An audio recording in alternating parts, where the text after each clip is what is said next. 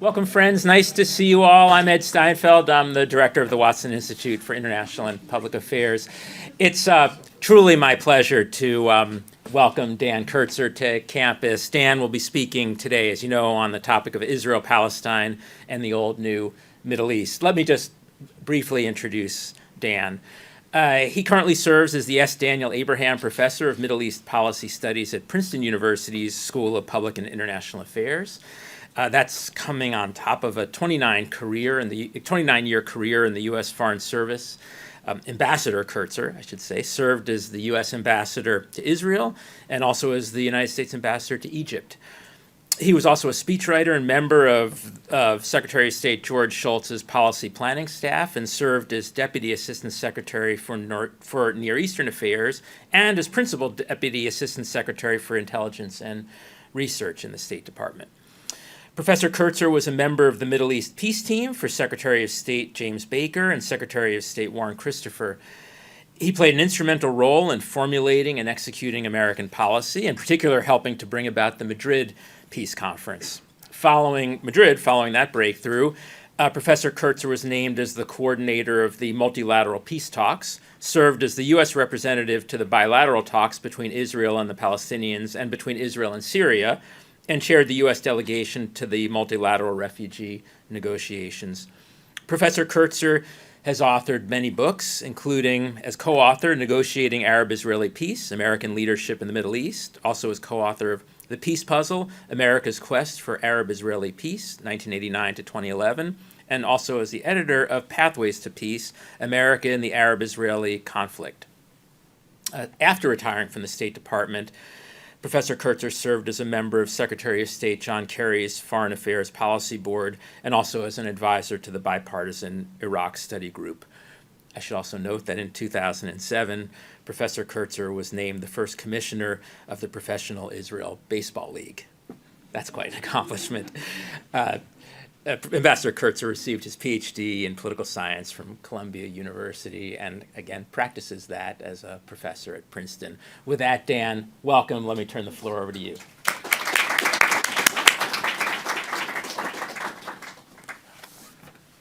Thank you. I want to thank Professor Steinfeld and the Watson Institute for the invitation to come today. I also want to say a virtual hello to your president, Chris Paxson, who was my dean at Princeton, and you are very lucky. We're unlucky that she's here, and you are lucky that she's here. So I hope that message gets to her. Your laughter about my service as a baseball commissioner reminds me that when I was named the commissioner of baseball, my 3 grown sons said to me it was about time I did something worthwhile with my life. So. When I retired from the Foreign Service in 2005 and went to Princeton, I was asked in the first semester I was there to reflect on the state of the Middle East. It's an appropriate phrase today with the State of the Union coming tonight. And the question was, what could I say generally about the condition of particularly Arab states in the Middle East, having spent virtually all of my academic professional life thinking about and working in and on the region. But I approached that question with a great deal of hesitation because, as some of you know, there's been a long debate, particularly among academics, about whether Westerners should have anything to say about the Middle East, since, according to one side of that debate, Westerners have caused many of the Middle Eastern problems through imperialism and penetration. The other side of that debate, of course, was that the Middle East is so messed up that the Westerners couldn't have done anything worse to make it worse. But I approached this question with some hesitation until I realized that just a couple of years earlier, in 2002, the United Nations Development Program had asked a large number of Arab intellectuals and public policy personalities to look in the mirror and to analyze themselves, to analyze their own societies, rather than have the analysis come from the outside. And the UNDP said to these professionals and policy people that the UNDP would then try to focus its programs to ameliorate the problems that these folks had found. And in fact, in 2002, UNDP published the first of what became several Arab Human Development Reports, in which Arabs took a look at themselves and their societies and said, we've identified a number of what they call deficits. The first deficit that they identified was a deficit of freedom, both political and economic freedom. They said that if Arab societies want to advance and make progress both economically and politically, the governments have to provide more space for people to be free and to act freely both in economic and political terms. The second deficit that was identified was a deficit of knowledge. Now, what the Arab intellectuals said was that the Middle Eastern people are as smart as anybody else, but what's wrong is their educational system. There are too few schools. Much of the education is based on rote memorization rather than challenging people to think. And the system needed to be basically thrown out and started over again. And the third deficit, which was extraordinarily interesting, coming more than 20 years ago, was the deficit of women's empowerment. And this group said, if you want 100% of the society to advance, you need 100% of the people having the capability of promoting whatever it is, whether it's economic progress or social progress, cultural progress.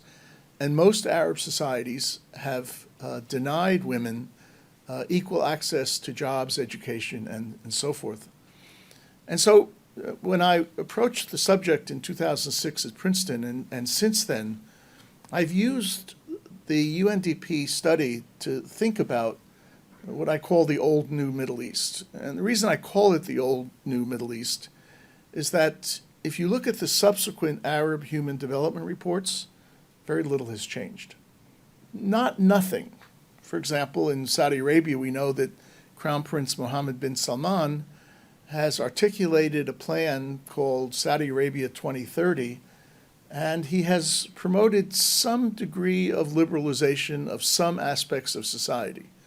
Women can now drive. They don't have to be escorted all over the place with a male in company. They can attend cultural and sporting events. But it's still a long way to go, and Saudi Arabia, in a sense, is still bucking the tide because there's a large, as we know, a large religious establishment, the Wahhabi religious establishment, which so far has been relatively quiet in the face of these changes, but everyone's holding their breath about whether or not this will, in fact, take hold and move forward. But what this UNDP report really indicated was the degree to which the Middle East is fraught with problems. It's an authoritarian wonderland.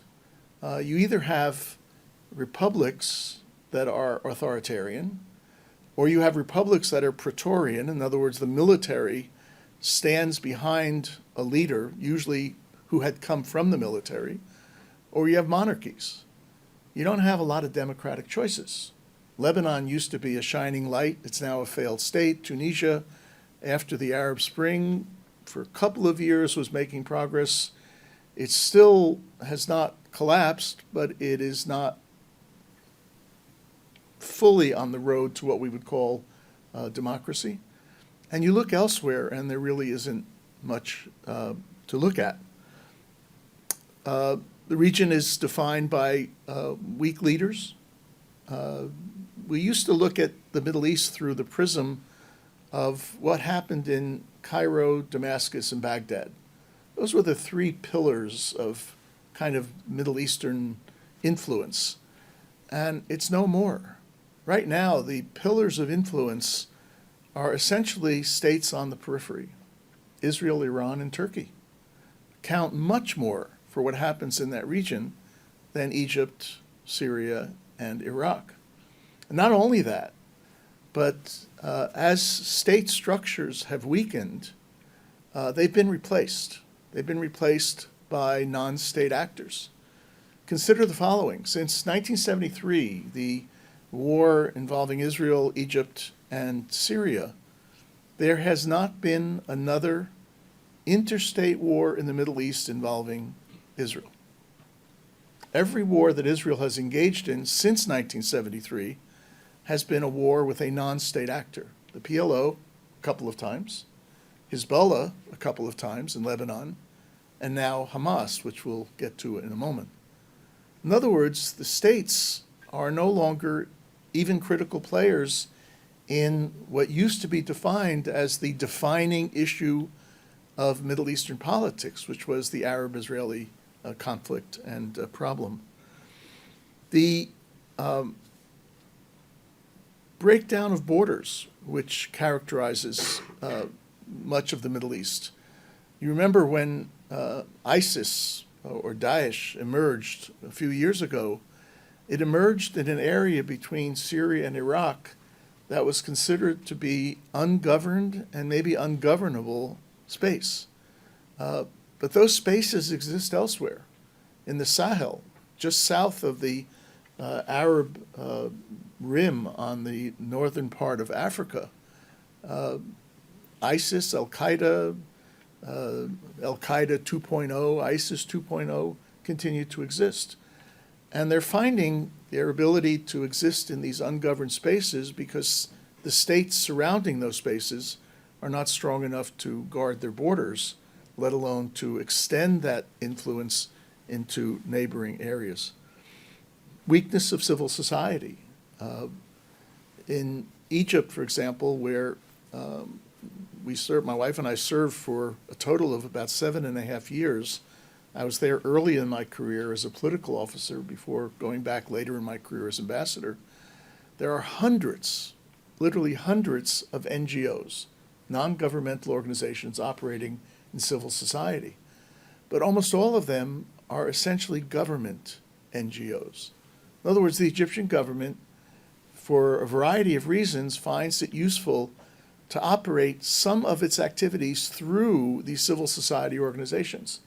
So they're not really civil society, where if you just think about our own experience here or in Europe or in other countries, where civil society sometimes acts as a bit of a check or certainly an additive element in what happens within the society.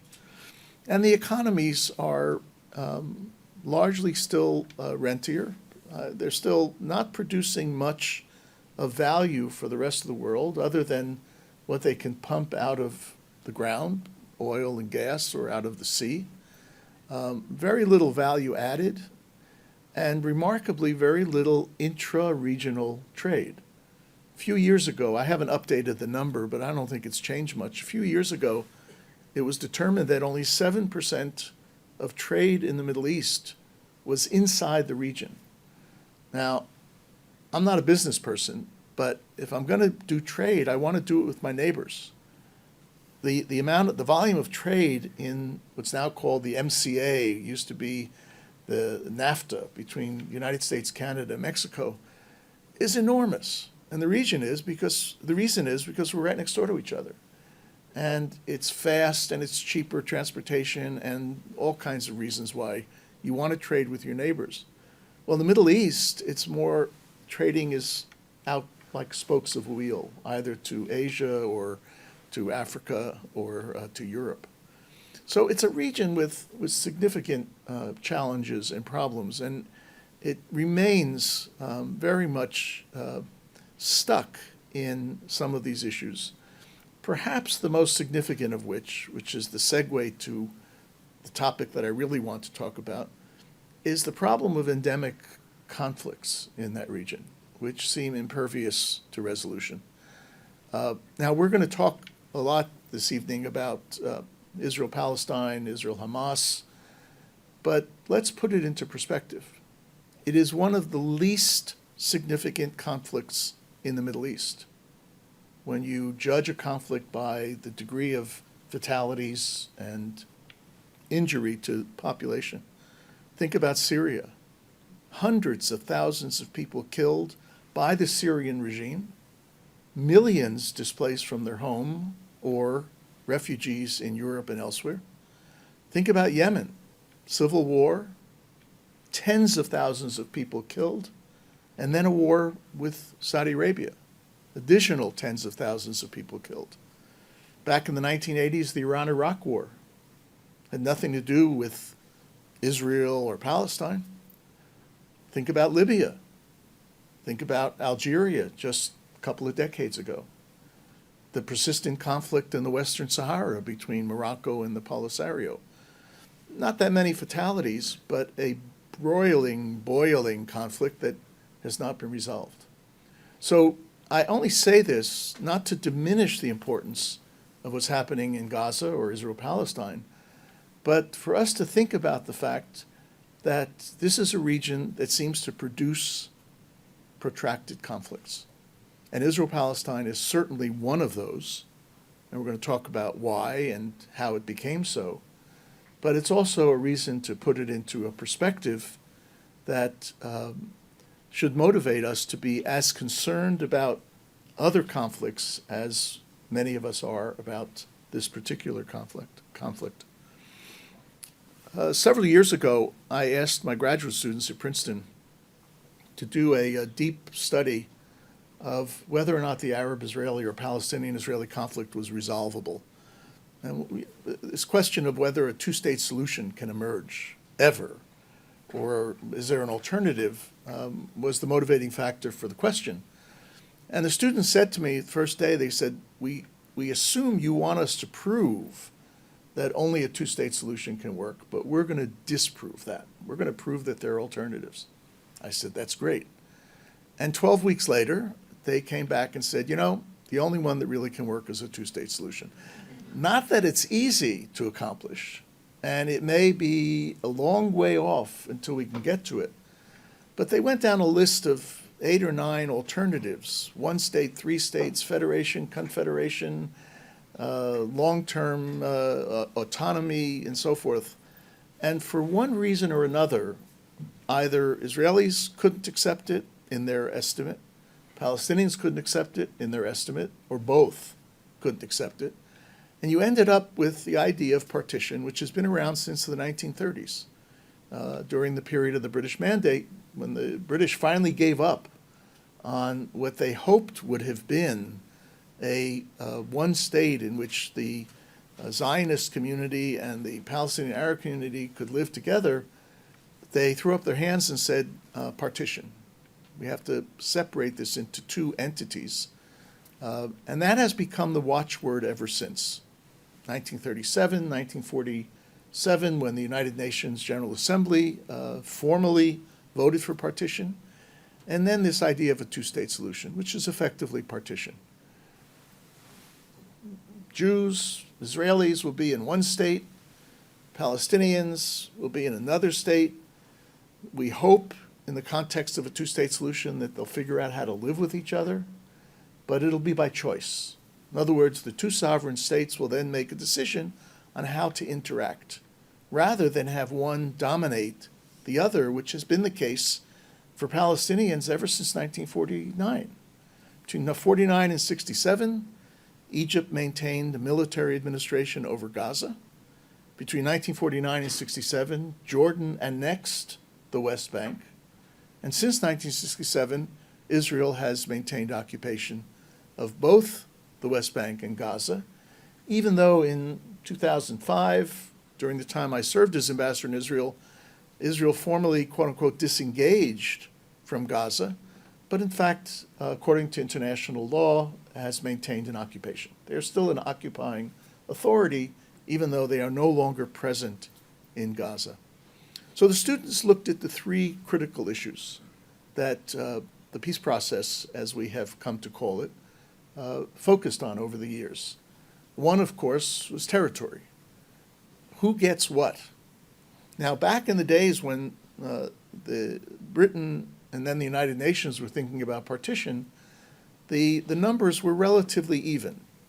the Peel partition plan in 1937 assigned a majority of the land to Palestinians and a minority or smaller part of the land to the Zionist movement. The United Nations kind of flipped that, but it was close, 65 or 60 to 40, something like that. But as a result of the war in 1967, as a result of the war in 1947-49, Israel ended up in control of 78% of the land. Palestine, land of Israel, however you call it. And so since 1967, the peace process has been based on the question of whether or not you will have two states, one comprising 78% of the territory, the state of Israel, and one comprising 22% of the territory. The problem with that is my graduate students and most analysts of this conflict understand is that that's a solution to the 1967 problem. In other words, if this problem is to be resolved as a result or in contrast to occupation, then you take the situation in 1967 and you revert to it. Israel controls 78%, you push them back to 78%, Palestine then becomes the other 22%, and they live happily ever after. But what if Palestinians are not happy with 22%? And they want to go back to 1948 and say, no, it's a do-over. We want the ability to argue for a larger share of the land. And so you have a territorial conundrum. Do you focus on 48 or 49? Do you focus on 67? And what makes it interesting, I'm sure you all have heard, maybe here on campus, but certainly around, you have people now shouting in the streets, largely pro-Palestinian, I don't want to say pro-Hamas, but certainly pro-Palestinian, the slogan, "From the river to the sea, Palestine must be free." Their argument is 1948, essentially. Israel should not be there. Palestine should control all of the territory. What you do with the Jews of Israel is a different story. But that's the argument that some people infer from the river to the sea. But you also hear it on the other side.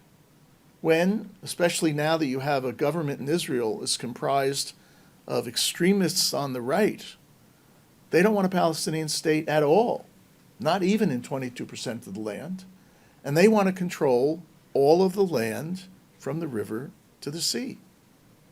In fact, that phrase was used by a member of Prime Minister Netanyahu's cabinet, not exactly in those words, but basically said, we're going to control all the land from the Jordan River to the Mediterranean Sea. So both sides now are focused, number one, on territory. The students and the sides are also focused on the question of refugees. Back in the 1947-49 period, as we know, about 756,000 Palestinians were uprooted one way or another from their homes. Major debate among the political leaders and a major debate among academics. Were they pushed out by Israeli forces? Were they asked to leave by Arab leaders who wanted to clear the battlefield? Did many of them leave simply because refugees leave during periods of war? We know that. People are scared. They don't want to be around when the fighting is taking place outside their door.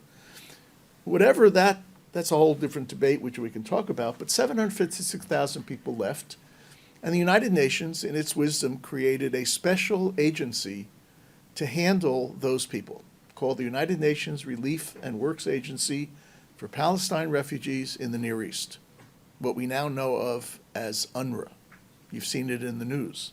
UNRWA is one of the longest existing UN agencies in their system. In fact, it was created about 2 years before the larger agency, the UN High Commissioner for Refugees, which handles all of the refugees in the world. So Palestinians have their own agency, and then everybody else has UNHCR. Okay?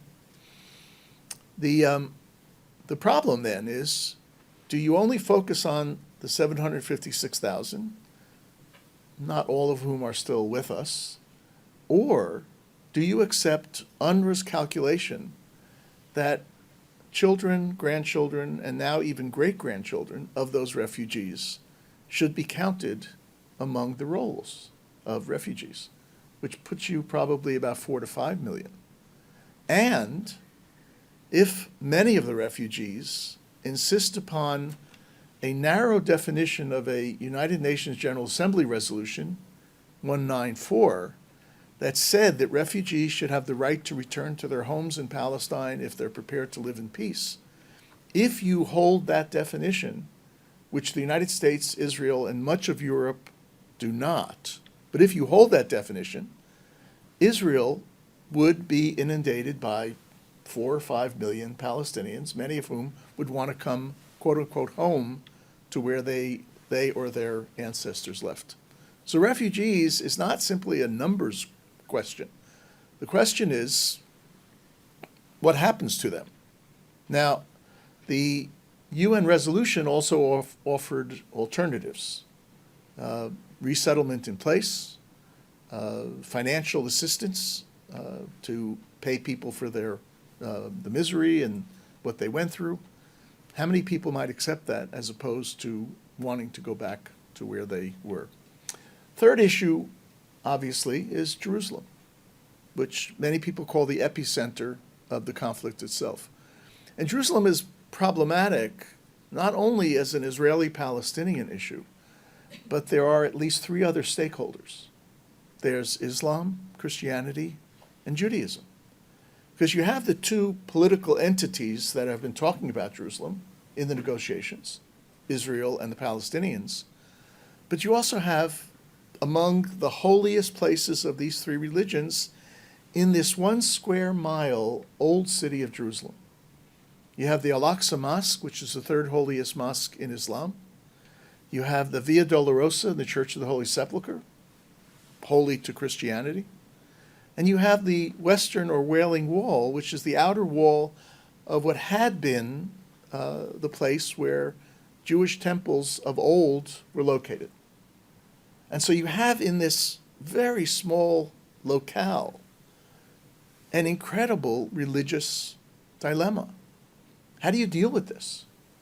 Can you split the old city in some way that everybody gets a share of what they want? Do you extract the old city from the conflict, as a group of Canadians did some years ago? I worked with them on a project called the Jerusalem Old City Initiative. If anybody's interested, you can Google it.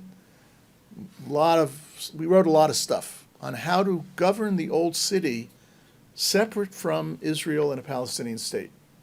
The object being, let's agree on everything else besides Jerusalem, and then let's ask the 2 sides to forego the extension of sovereignty in the old city and figure out how it gets governed without being a sovereign part of one or the other state. It's a very clever, creative, I shouldn't say that because I participated in the project, but it was the Canadians who ran it, so I'll give them the credit. And in fact, in 2008, 7 and 8, when Prime Minister Ehud Olmert was negotiating with President Mahmoud Abbas, he took many of these ideas and brought them into negotiation. He was ready in that negotiation to not extend sovereignty in the old city if the Palestinians agreed not to extend sovereignty as well.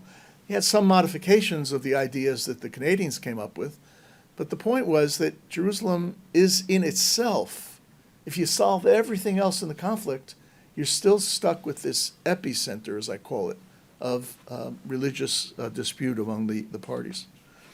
Now, if we look to the backdrop to what we're facing today, the war in Gaza, the horrific massacre that took place on October 7th, and the horrific bombing and killing of civilians in Gaza since October 7th.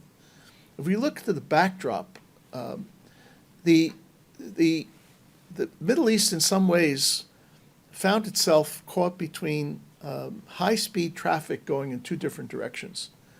Because at almost the same time as Arab states were starting to come to grips with the quote-unquote reality of Israel and the need to make peace with Israel. I'm talking about the 1970s, the emergence of a peace leader in Egypt, Anwar Sadat. He largely wanted to make peace with the United States, but knew that the door to open that peace with the United States ran through a peace treaty with Israel. At the same time that was starting to change, Islamism was growing. Literally the same time. Think about it. Iranian Revolution, 1979. Soviet invasion of Afghanistan later that year, and the rise of the Mujahideen. The Israeli invasion of Lebanon in 1982 and the rise of Hezbollah, a militant Shia Islamic movement. And then the first intifada in Palestine in late 1987 and the rise of Hamas. So you had these two processes moving at high speed in opposite directions. Because what's happening? Sadat makes peace with Israel. Egypt makes peace with Israel. Gets ostracized in the Arab world for a number of years. But the Arab world starts to change. And by 1988, the same time that Hamas is emerging, the PLO is taking a decision to accept a two-state solution. It's extraordinary.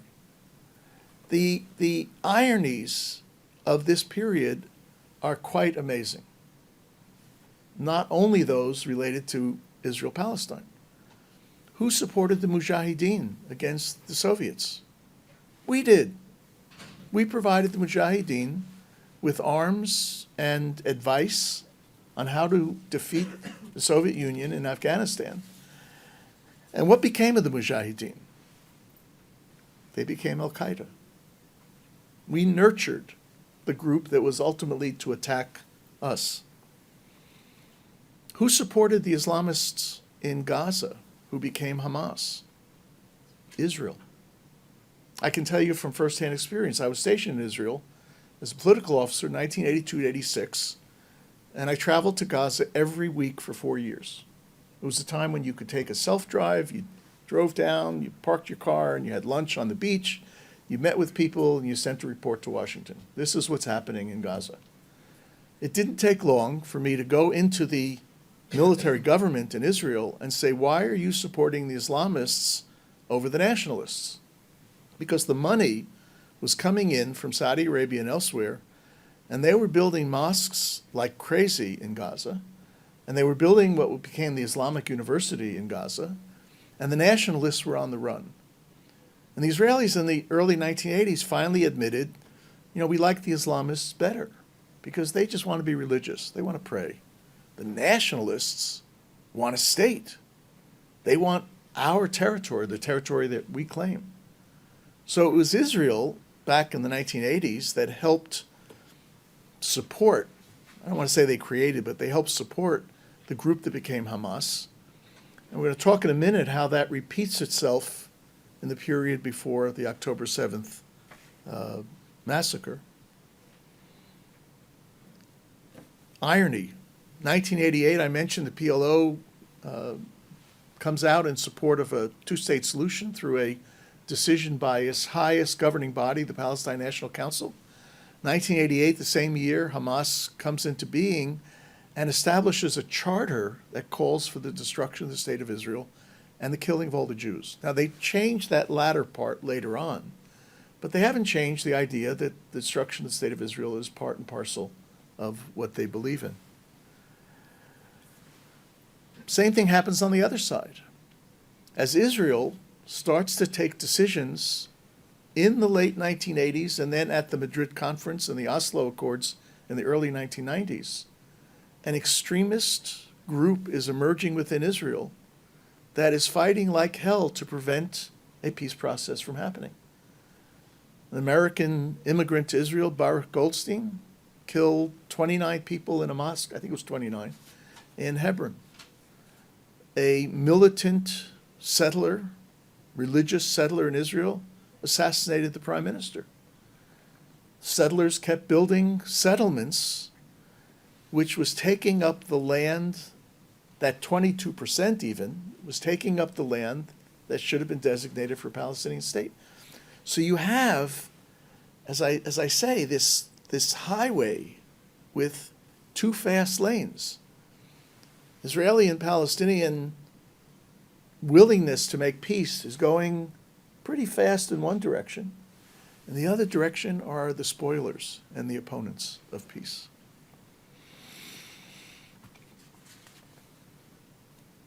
The question then is, why are we where we are today? Because if in fact this is a multi-directional possibility, well, the peace process might have succeeded in place of the success of the militants on both sides. And yet, peace process has not succeeded, and many have even called into question whether or not there can be a peace process. Right now, attitudes in both Israel and Palestine have hardened to a point where you mention a two-state solution and you get run out of the room. Support for Hamas, at least in the immediate aftermath of October 7th, even among those who don't agree that they should have conducted a massacre, but support for Hamas as a resistance group is at an all-time high, particularly in the West Bank, which is not suffering the devastation that Gaza is suffering. So where are we headed, and how do we get here? I think it's important to digress for one moment and talk about why October 7th happened. Because you have this strong state called Israel, with one of the strongest armies in the world, an economy which is larger than almost all European economies. Not quite at the top, but certainly in the top third of European economies. A high-tech economy, which is growing by leaps and bounds every day. What do they call it? Startup nation. And yet, there was this amazing systemic failure on October 7th. Let me just point out three things, because they're going to come back now in the analysis of what do we do as a result of the war. First of all, there was a decision, an affirmative decision, by the Prime Minister of Israel for over 10 years to favor Hamas over the PLO. Harkens back to the 1980s. Netanyahu, there's quotes attributed to him that it's better to deal with Hamas and to work out what they call a hudna, a short-term ceasefire of sorts, than it is to deal with the PLO, which wants Israel to withdraw from the territories that it occupied. Members of Netanyahu's government said the same thing. Bezalel Smotrich, the Minister of Finance, one of the most radical ministers in the Israeli government, about a year or so ago, was quoted as saying, and I think I have the quote right, Hamas is an asset, the PLO is a liability. It's extraordinary. It was extraordinary when he said it before October 7th. It's even more extraordinary to hear it, that someone could have thought that Hamas was a better asset for Israeli national security interests than the PLO. Not only did they support Hamas, but as you know, Netanyahu allowed millions and millions of dollars, cash money as they say, to enter Gaza through Ben Gurion Airport for Hamas. Part of the problem, number one. Part of the problem, number two, for those of you who've studied the 1973 war involving Israel, Egypt, and Syria, one of the most interesting aspects is why the Israelis were surprised on Yom Kippur, on that day in October when the Egyptian and Syrian armed forces attacked. And what we've learned, and it's been confirmed in a variety of ways, is that the intelligence community in Israel, and they have a very good intelligence community, became attached to what they called a concept. And the concept said, it is far more important to look at the intentions of our enemies than their capabilities. We want to keep track of their capabilities so we know what they have. But at the end of the day, if we assess that they don't intend to fight us, we can stand down. And that's what happened before October 1973. The Egyptian military, which certainly had capabilities, started practicing crossing the Suez Canal. And the Israelis watched this. The Israelis had an unbelievable human asset, as they call it, a spy. You know, the first president, or actually the second, but technically the second president of Egypt after the 52 revolution, a gentleman named Gamal Abdel Nasser. He was president until 1970, very militant. His son-in-law was a spy for Israel before the 1973 war. He wanted money, and he spied, and he got money. And he told the Israelis a couple of days before the war that there was going to be a war. So they saw what the Egyptians were doing. They saw the capabilities. 4 or 5 times in 1973, before the actual crossing of the canal, Egypt had mobilized its forces as though it was prepared to cross the canal. Israelis, the first time that happened, mobilized their forces, and then nothing happened. And the second time the Egyptians mobilized, the Israelis kind of watched it. And the third and fourth time they paid no attention. Deception, strategic deception. And what happens in 2023, before October 7th? We now know that the Israeli intelligence community had an extremely strong, good, accurate window into exactly what Hamas was planning. They, about a year before October 7th, Israel obtained, through its intelligence capabilities, obtained a PowerPoint deck, slides, that showed exactly what Hamas was planning to do. The Israeli Signals Intelligence Unit, it's called 8200, was watching every day and listening every day to the preparations for what became October 7th. And they didn't have to search hard, because we know, we've seen it on CNN, Hamas built a mock Israeli military base to specification right up along the border between Gaza and Israel. And Hamas militants were invading that mock-up base all the time, practicing. We also know that the young women of 8200, and I specifically mention young women because that unit is largely staffed by women who the Israelis have determined are much better at following details than us men. In other words, if you're looking at the same screen every day, you have to be attuned to details to see something out of place today that was not there last Tuesday. Okay? These women were reporting up the chain that Hamas is preparing something big.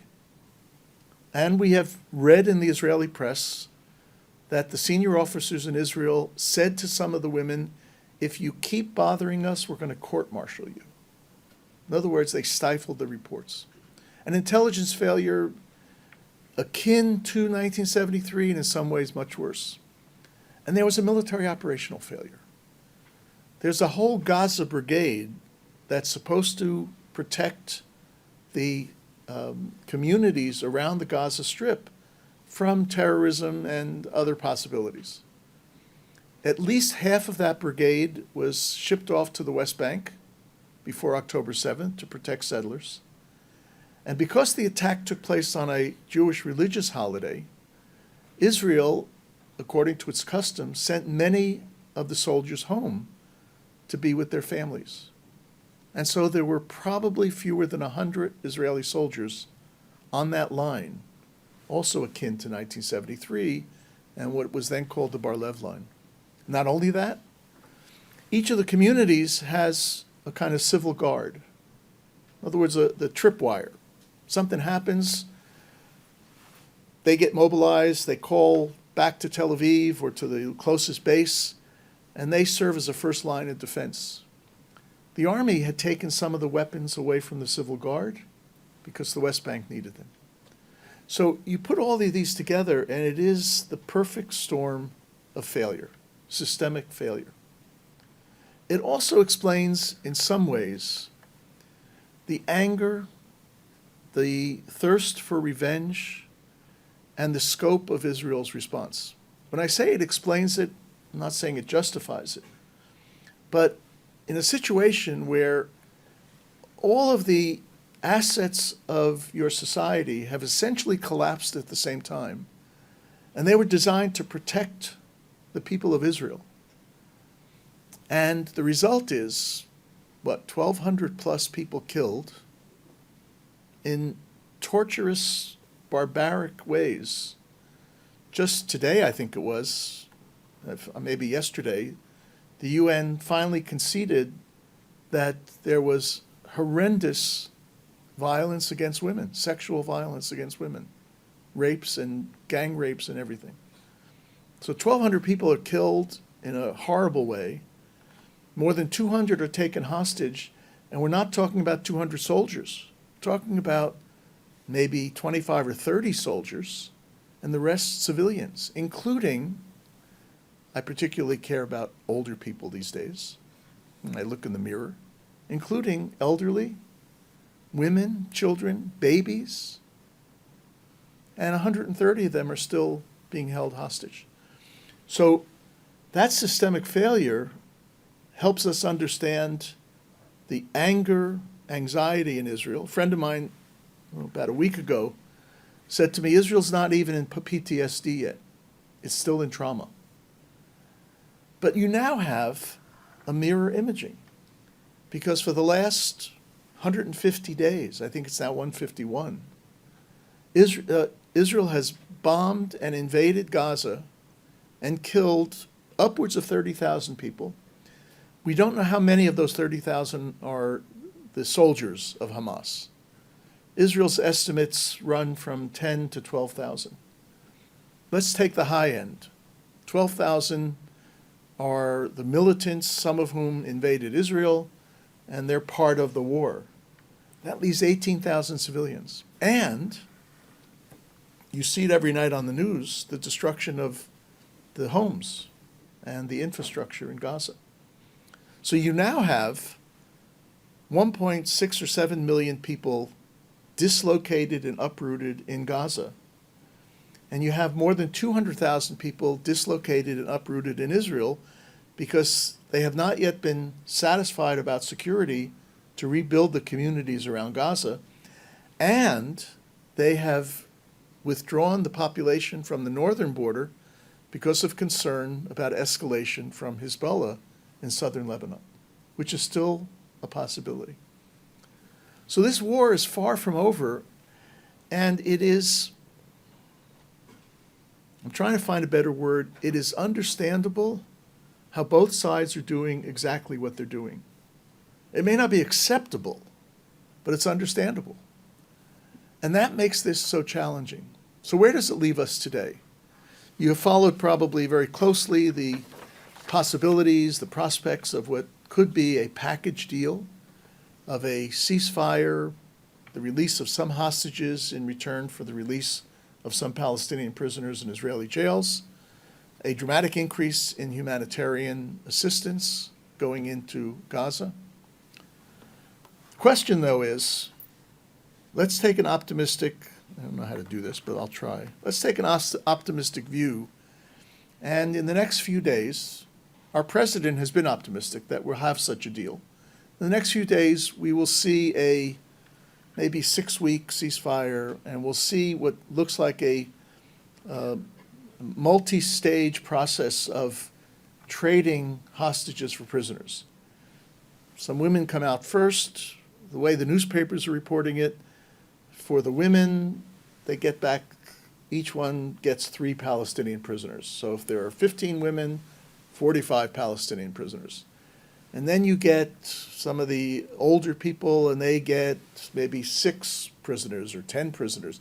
The numbers go up until you get to Israelis of military age, and that's when your number goes very high. Let's take an optimistic view that that starts to happen, and that as a result of the ceasefire, the humanitarian assistance can go in a much more significant way. It doesn't resolve the question, however, of what we call the day after or the morning after. Because in 2014, there was a 57-day, I think, war between Israel and Hamas. And after that war, the international community, in its wisdom, came up with a rather interesting plan for the reconstruction and rehabilitation of Gaza. And the European Union and others put in a lot of money, and Gaza was rebuilt, and now it's all destroyed again. So, the day after, who's going to pay for the reconstruction and rehabilitation of Gaza? Who's going to maintain law and order in the immediate aftermath? Who's going to maintain security? Will Israel insist upon remaining in Gaza, as it has talked about, or creating security zones that divide the population, which, if you recall, in Lebanon, ended up as an 18-year Israeli activity. They created a security zone in South Lebanon after 1982 and didn't withdraw from Lebanon until the year 2000. Will anybody participate in law and order and governance while Israeli forces are still in Gaza? Does anyone want to be seen as, quote unquote, complicit or working hand in hand with Israel at that point? So the administration reached out to some of us right after October 7th and said, you got to help us think about this. Because we have a fairly good idea about, I'm going to call it Tier 1, and you'll see why in a minute. We have a fairly clear idea of what we need to do on Tier 1, which is how do you fix Gaza over a period of time? Who goes in immediately? Who governs? How do you get the PLO up to speed, reformed, rehabilitated, revitalized? How do you provide security and so forth? That part's easy. But are you going to get anybody to participate in that if all that they think will happen is Hamas 2.0 3 years from now? Another war that will destroy everything. So what we said to the administration, let's see if I can get there. There we go. This is what some of us gave to the administration. And you don't have to memorize it. I'll just tell you what it is. The top tier is what I said. The administration kind of knows what it has to do. So it has to, I can't read my screen, so I have to turn around here. So it has to end hostilities, it has to provide security, civil affairs. But it has to, at the same time, get to the underlying Israeli-Palestinian issue. That's the second tier. Now, if you look around in this region, you don't have leadership in Israel that wants to do that. Netanyahu, in fact, was quoted a few weeks ago as telling the Likud party faithful, he says, I'm the one that can stop a Palestinian state from coming into being, and I'm the one that knows how to handle the United States if they decide to put pressure on us. So you don't have leadership in Israel. You don't have leadership in Palestine. Certainly not on Hamas side of the ledger, and you don't even have it on the PLO side of the ledger. Professor Steinfeld mentioned a couple of the books that I co-authored. One of the discouraging parts of the peace process is that if you were thinking about 1967, in other words, that 78-22 split on territory, in 2008, if not before, we were extremely close to that. Ehud Olmert, in his book, it's not yet out in English, but he details how close they were to a solution.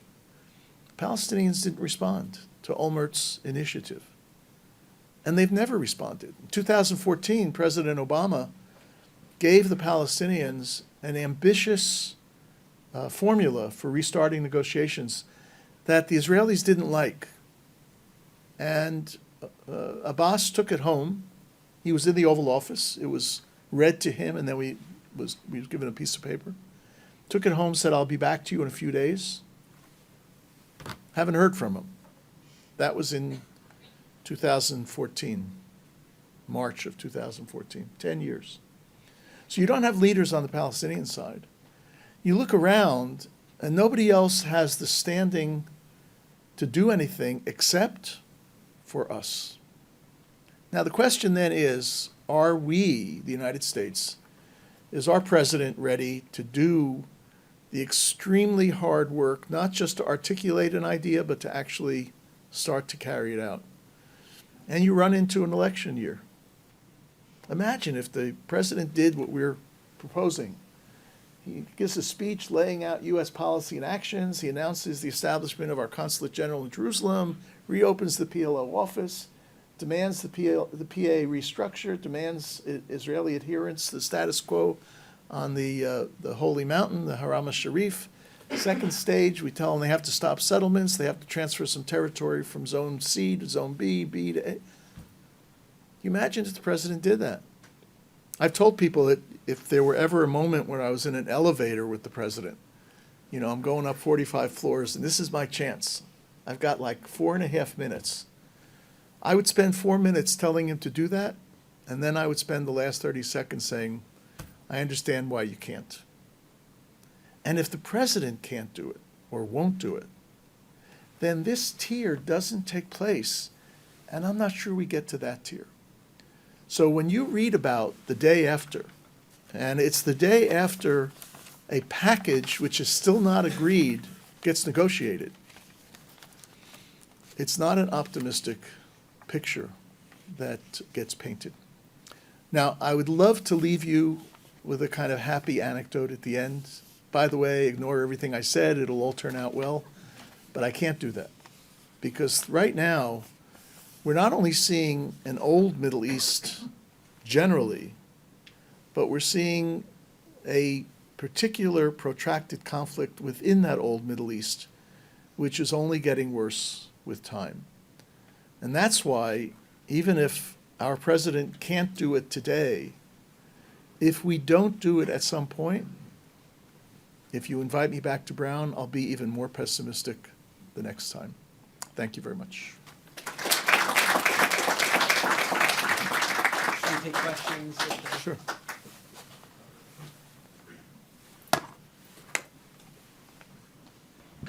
Thank you very much, Dan. We have some time for questions, so if you raise your hands, and I'd just ask you to keep the questions brief so that we can get a lot in and allow responses. Questions? Question over here? Yes. Hi, Miles McCasey. I was a friend of Bernie Tenenbaum's. I think we talked about that. Thanks. If you could use the microphones, that'd be great.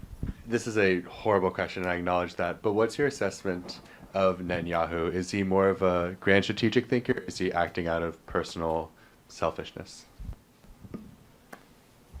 He fancies himself a grand strategic thinker, and in fact, in a couple of his books, he's articulated ideas about terrorism and so forth that are interesting. I mentioned Professor Steinfeld earlier. One of his problems until a year and 3 months ago is that he was much smarter in thinking about grand strategy than he was in implementation. In other words, he seemed to get lost between the idea and the execution. Now, up until 15 months ago, you could argue that, well, he really knew what he was doing because he didn't want to do the things that he didn't do, although I'm not sure. I'll give you one small example. In 1989, the first Bush administration, George H.W. Bush administration, had asked the then Prime Minister of Israel, Yitzhak Shamir, to come up with a peace plan. Bush said to Shamir when they met, I could come up with one, but it would be better if you came up with something, and I'll try to support it. And sure enough, on May 14, 1989, Israel developed a peace plan, put it forward. That day, some of us were in Israel, and Shamir invited us to lunch. We were the American delegation. And at a table like this, I'm sitting where Professor Seinfeld is, and Netanyahu is sitting at that end.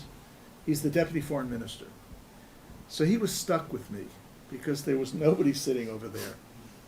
And in the course of that lunch, it became clear that either he didn't understand what his government had just proposed, or he was seriously uninterested in implementing it. Now, it's one thing if we had proposed something and Netanyahu had said, I'm not going to do it. This was his government, his prime minister. And I'm not sure much has changed. Now, the reason I set the cutoff date of 15 months ago is Netanyahu is now on trial in corruption charges.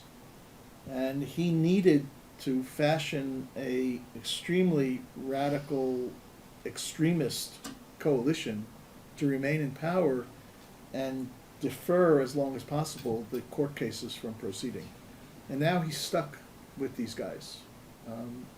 It's quite an amazing bunch of extremists. Just today, I read a quote from Itamar Ben-Gvir, who is in charge of the police, of all things, saying Israel should stop negotiating for the hostage release because that hurts Israel's ability to pursue the war against Hamas. Not a smart political thing to say, but it tells you where these guys are coming from. A hand back here. Thanks. Thank you. Howard Schulman, Princeton, class of '86, by the way. All right, we'll do the secret handshake later. Okay, go Tigers. Two things. If Netanyahu wasn't in power, do you think Israel would have conducted the war any differently? And also, I was wondering, what's stopping the Palestinians from just like declaring a state, like Russia or the Bolsheviks or, in China,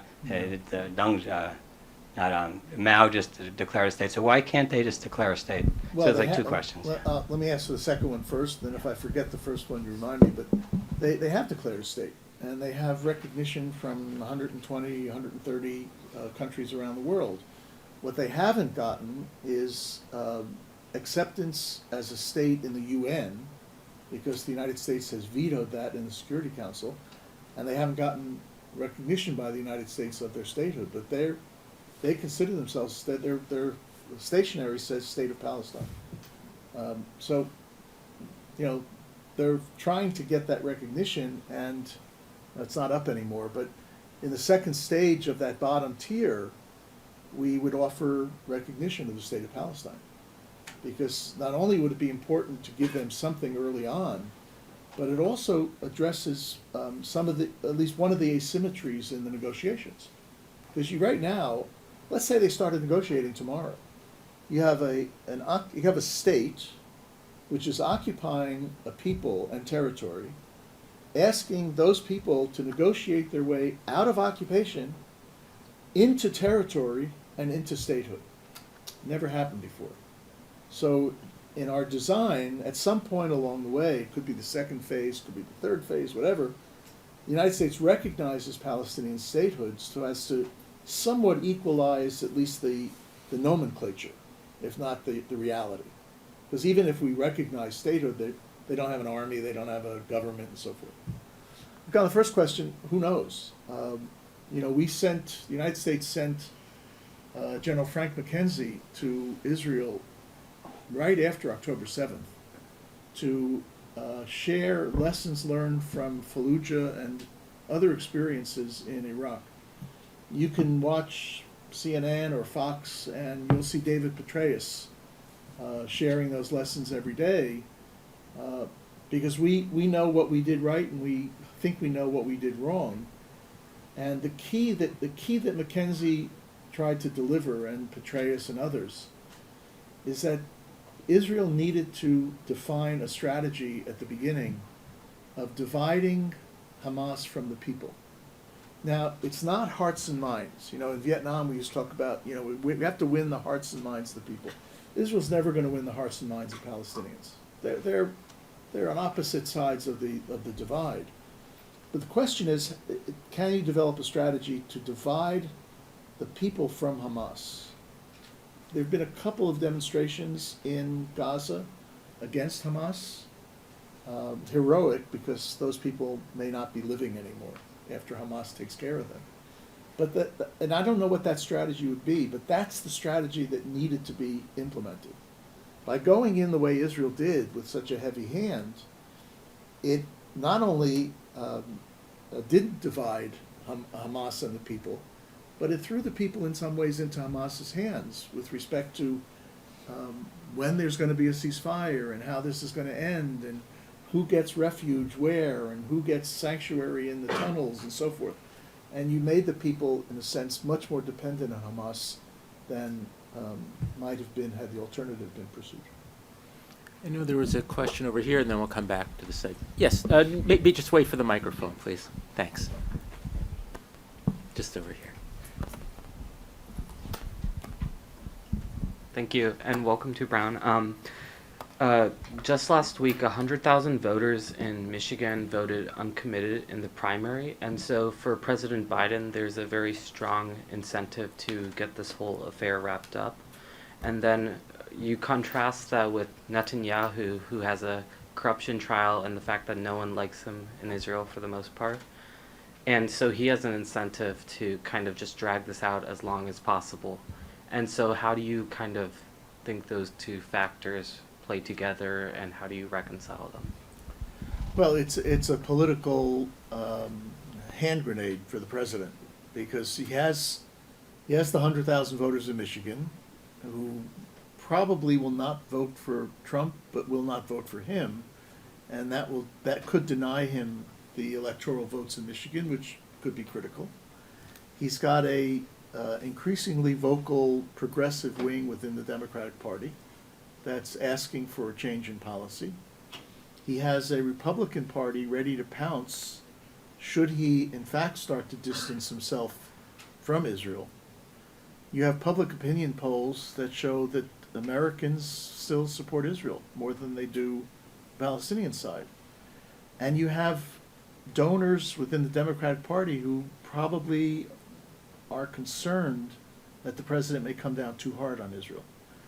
Now, if you go back to October 7th, 8th, the strategy that it looked like the president was following was to support Israel to a point where it would create space to do tough things with Israel.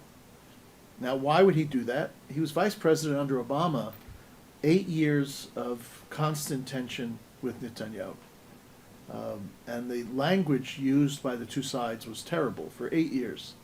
So Biden probably said to himself, I'm not going to do that. I'm going to support Israel, but that'll give me the opportunity, support Israel publicly, but that'll give me the opportunity to talk tougher and maybe get Israel to do different things. Problem is he hasn't gotten Israel to do different things. And that's where I think the frustration is growing. You saw Vice President Harris the other day either broke ranks or created new policy, or was the edge of the spear in saying we want at least a 6-week ceasefire. She first said just ceasefire, and then she clarified 6 weeks. That has not been the administration's policy up until that statement. But I think it tells you, my assessment is that she did not go rogue, that they're using various ways of sending a message to Israel that the time has come. The time should have come 2 months ago, but it certainly should come now. In the second part with Netanyahu, like his incentive to keep the war going. Well, as I mentioned earlier, keeping the war going puts the trial off, the corruption trials, and that's a pretty, what's the right word? It's not a nice way of looking at what a leader does, but I think it's pretty obvious that that's what he's doing, that he has put his own legal troubles ahead of what might be better for the country. And we're seeing it play out also in different ways. A member of the War Cabinet in the opposition, former General Gantz, has been in Washington, and Netanyahu has sought ways to undermine his visit. Now, the two of them are sitting in a war cabinet together. They're in this temporary coalition to pursue the war, and yet Gantz comes to Washington, and Netanyahu instructs the Israeli ambassador not to support the visit and not to attend meetings. So he's going out of his way to demonstrate that this is about him rather than about necessarily the good of the country. Anya, thanks. Maybe just wait for a microphone. Thanks. Getting good exercise. Thanks, Ellen. So I was going to ask you a question about that 30 seconds, where you're up in the elevator with Biden, and you answered part of it just now about what constraints. Why is it that you don't feel like you understand why he can't do that? So in 2 days, he's giving the State of the Union, and what would you have him say to address that donors, you've got people on both sides that might move us towards that template you developed. So what tools does he have, and what would you encourage him to say to everyone? Look, the State of the Union is designed to look at us, at what we're doing, but I think I would recommend that he devote some paragraphs and talk to the people of Israel. And basically say to the people of Israel, you have a choice to make. I can't tell you what to do, and I don't elect your prime minister and your government. But on the one hand, your government is pursuing policies which are not healthy. You find the right words for that. And on the other hand, I will be with you if we try to do hard things to get to the bottom of this conflict. The way to get to the bottom of the conflict is going to be challenging. Israel's going to have to make concessions on territory and on other kinds of issues, on security. There'll be some question marks. But the president, I think, has the standing to say to the people of Israel, I've been with you since October 7th. I'm committed to remaining with you, but I can't remain with you if you keep going down this blind path. 3 minutes of a speech, 5 minutes of the speech. He's going to have families of hostages in the balcony, probably including the family of the 6 Americans who are being held hostage. So there's a reason to devote some of that speech not to our union and our future, but to the policies that guide us in that conflict. And I hope he does. Just a quick follow-up to that, Dan. With the obvious situation of the American elections coming up, how does that fact and the timing of it influence how you think Israelis might respond to that kind of statement, or and how Netanyahu would respond? Well, Netanyahu will get all fiery, and he'll make speeches about how he will protect Israel from American pressure, and it'll be throwing a problem into the punch bowl, as they say. But there's a large part of the Israeli electorate that's waiting for it or looking forward to it. We saw that before October 7th with the weekly protests against the judicial overhaul proposal. Those protesters are now back on the streets, even during a war, saying Netanyahu must go and the policy must change. So, the president will be accused of interference in Israeli politics. We do that, and they do that here. It's a tried and true. When I got to Israel, Ariel Sharon was the prime minister, and I said to him in my first meeting, I promise you as prime minister I won't interfere in your politics. And he said, look, don't promise something that you're not going to follow up on. I said, of course you're going to interfere in our politics. And I did. And that's because we do it to them and they do it to us. But I think the president has to put that choice, the very stark choice, before the Israeli people, because their own leadership is not putting that choice before them. And, they may choose to defy the president's wishes. And then they're a sovereign country, they can do that. But then we also can make some sovereign decisions about what we will support moving forward. There's Ethan. Just away from Mike, please. Hi, I'm Ethan. To what extent do you think the Biden administration's policies and approach towards Iran is governing or dictating how they approach Israel and the broader Middle East in the wake of the October 7th attacks? I don't know if there's a huge carryover from one to the other. You remember Biden came into office wanting to get back into the Joint Comprehensive Plan of Action immediately. It didn't happen, not just because of our side, but the Iranians also were hesitant to get back in. And it's been very challenging to think about getting back in because the Iranians have asked one question to which the Biden administration does not have an answer. And that is, if we go back into the agreement and Trump comes back into office, he's going to pull you out again. What guarantee do we have that you will remain in, meaning that if you remain in, we have obligations on the Iranian side? And we don't have an answer to that because our system is such, you either have an agreement that doesn't have Senate approval, or you try to pass the agreement through the Senate as a treaty, and you won't get 67 votes in favor of the Joint Comprehensive Plan of Action.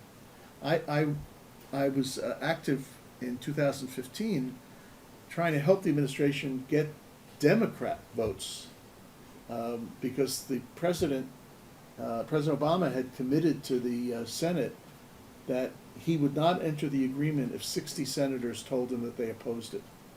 And we had to work hard, and we ended up with 57 opposing it. In other words, we got through on the skin of our teeth.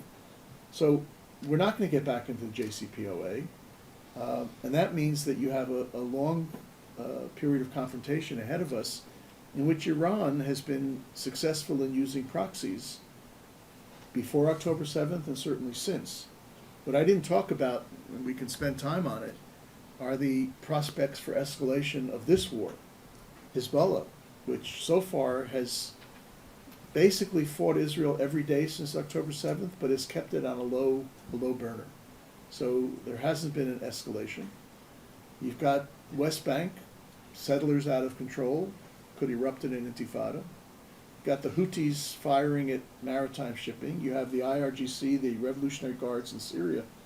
So there's a whole bunch of capabilities that Iran has that they're playing out. And on those issues, we support Israel, almost in a sense irrespective of what's happening in Gaza. What's the first thing we did, for example, after October 7th? We sent 2 aircraft carriers to the Eastern Mediterranean with a message to Hezbollah that if you start up, you're not only going to get it from Israel, but you're going to get it from us as well. We have a high-level envoy working assiduously to try to get Hezbollah to pull back a little bit from the border. The same envoy who arranged the Israel-Lebanon Maritime Agreement on gas exploration. So there's almost a schizophrenic attitude here where we have the differences of view emerging with Israel on Gaza, but we're of pretty much one mind on Iran, as long as the Israelis don't think about attacking Iran. That's where we've drawn our very bright red line. Just go around. Yes, and then we'll come back here.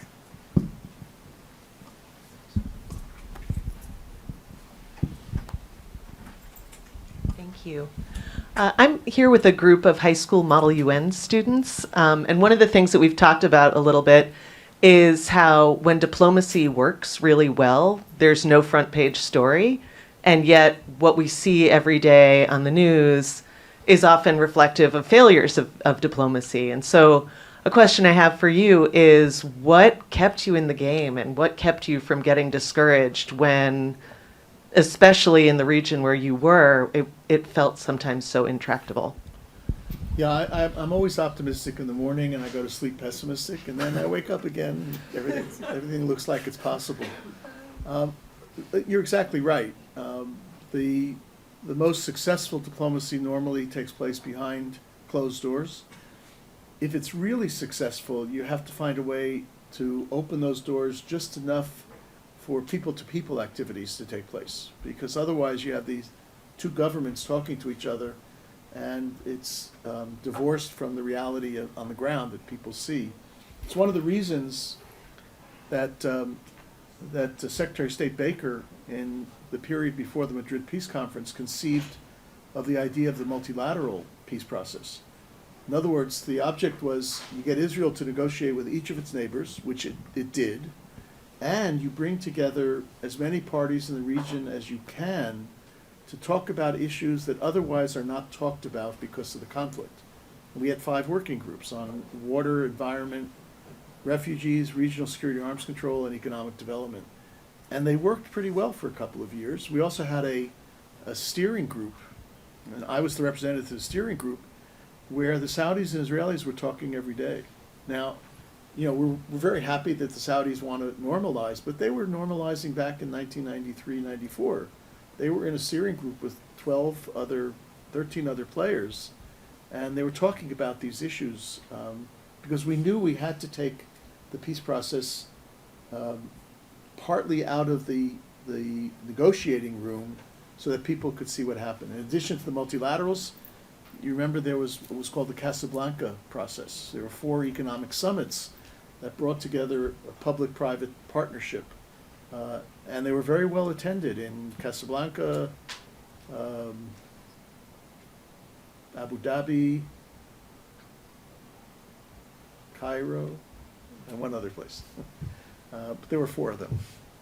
So, you know, the reality is when you're in it, the problem is not keeping going. It's avoiding negotiation fever, because you get so caught up in what you're doing that you lose sight of the politics outside and the societal stresses outside. So you need to have your eye on a lot of different balls up in the air at the same time. Great. And one final question. Yes. You're just scratching. Mike is on the way.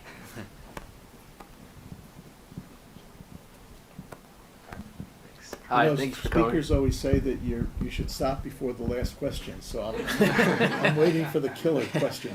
All right, that's a lot of pressure. I don't know if it's that good a question. I was just gonna ask, do you think that after this war ends, do you think there will be a leftward shift in Israel because of Netanyahu's declining popularity, and like everyone has seen the consequences of his policies, or do you think it will be more of a rightward shift after October 7th?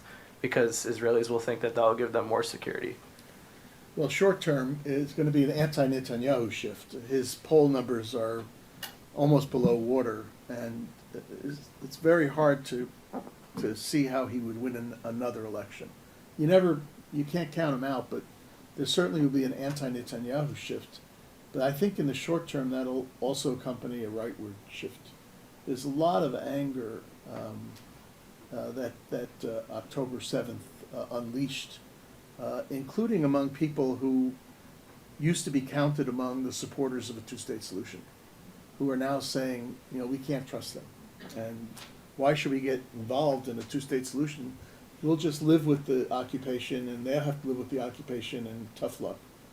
The question is whether over the longer term that can change. I don't know. I think we, the United States, have an outsized role to play in trying to effect that shift, but I don't want to get carried away and believe that we can do it alone. In other words, even if, let's say, Biden takes that piece of paper and he says, wow, this is exactly what I was looking for. I'm going to do everything under the line. It still may not work. And the Israeli people may say, thank you very much, but we'd rather stick with the army in the West Bank, and we'd rather not bother uprooting settlers and settlements. And we love you, Mr. President, but, you know, thank you very much. It's quite possible. So short-term, anti-Netanyahu rightward shift. Long-term, I don't know. Well, thank you for those great questions, but please join me especially in thanking Ambassador, Professor, former baseball commissioner, Dan Kurtzer. Thank you.